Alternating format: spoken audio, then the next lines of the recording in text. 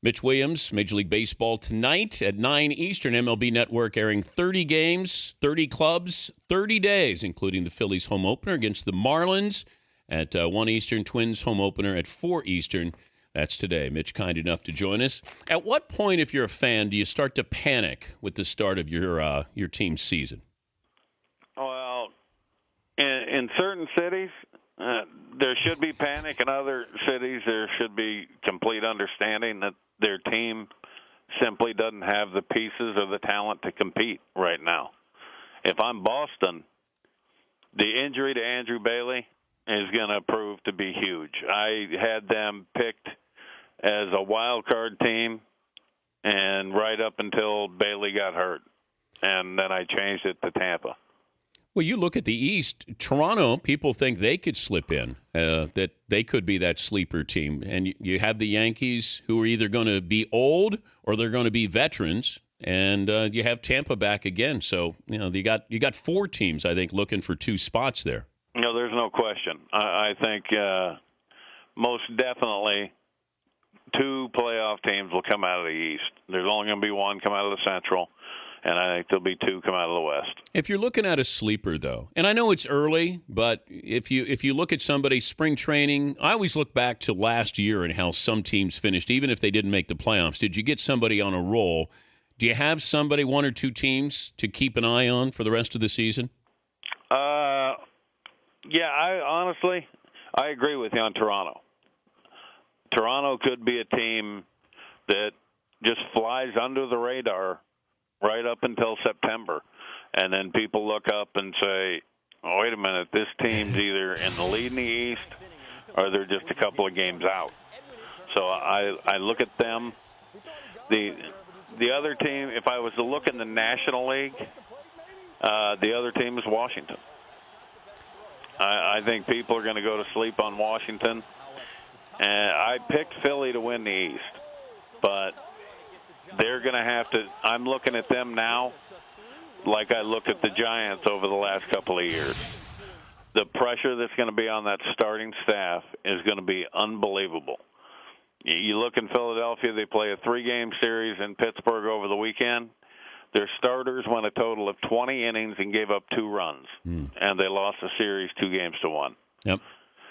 So I think until Howard Nutley get back, the Phillies are going to have to play impeccable defense, and their bullpen is going to have to be flawless. And we saw this weekend, and I'm actually doing my .com column this week on bullpens and why the trend in baseball has gone the way of Kevin Towers in building his bullpen and pitching staff from the closer back. And we've seen it through the first few games, Dan, the number of blown saves and runs that have been given up. Boston's bullpen alone has given up 11 runs already. Yeah, I didn't have the Red Sox making the postseason. I don't see consistency with that team, and even with Bobby Valentine, I don't know if he helps or hurts the process. I think that he's a great baseball guy, but that team, after what Francona did, I don't know how this works out. I didn't have them making the playoffs. Well, I had him in there as a wild card team, like I said, right up until Andrew Bailey got hurt. Having Bobby as a manager back when I was young and he was young, it was no secret we didn't get along.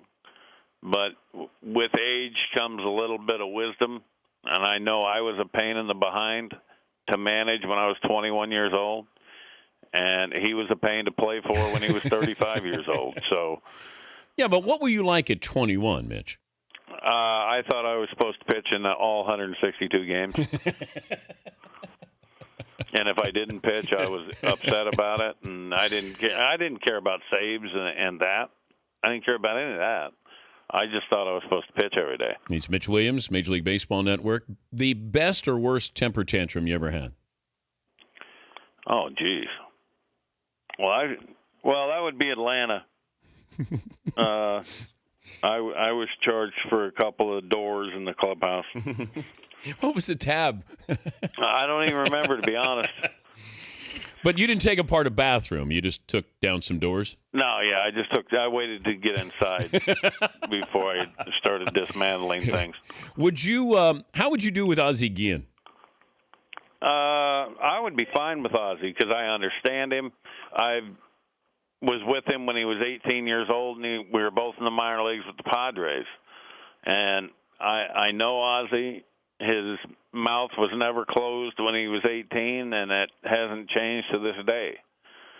He's a good baseball guy. He understands the game. He played the game hard. He manages the game hard. He says some really stupid things at times, but overall, I think our game needs guys like Ozzie, but there's certain times when he says stuff that you just sit back and wonder, how does that come out of somebody's mouth? Well, when you bring in Fidel Castro, I don't know what the topic was prior to Fidel Castro, but when you say, I love Fidel Castro, they've been trying to kill that SOB for 60 years. I don't know. There has to be something that goes on in your mind that said, boy, did I actually say that, or did I just think that? Well, I don't know anything about that, and you know, Dan, I don't speak on anything that I don't have firsthand knowledge of, so I have no idea what's going on with that situation, so I'm going to steer clear of that one. Look at you being mature. The expectations for the Dodgers this year, given what they have in that division, and is there an influx of money anytime soon that can change them this year? Oh, I think at the trade deadline, if they're hovering within striking distance, I think they'll pull the trigger on some stuff. But I can promise you this next winter, after everything's said and done, Stan Kasten and Magic Johnson bought that team with $2 billion cash. They didn't buy it for $2 billion to sit on it. They bought it to bring a winner to L.A. Magic knows what it's like to be a winner in L.A. And there's any free agents that are out there, they're going to hold off because they know L.A. is going to spend some money this offseason. Well, Don Mattingly was with us prior to the start of the season. He said that they were really close to getting Prince Fielder. If this new ownership would have been in place, they would have gotten Prince Fielder. I don't think it had been close. Yeah, if it had been in place, I think it had been done. Good to visit with you. I know you got a busy day. We'll catch up with you soon. You got it, Dan, anytime, bud. Thank you, buddy. Mitch Williams, Major League Baseball Network analyst. I could see where he and Bobby Valentine would probably not get along.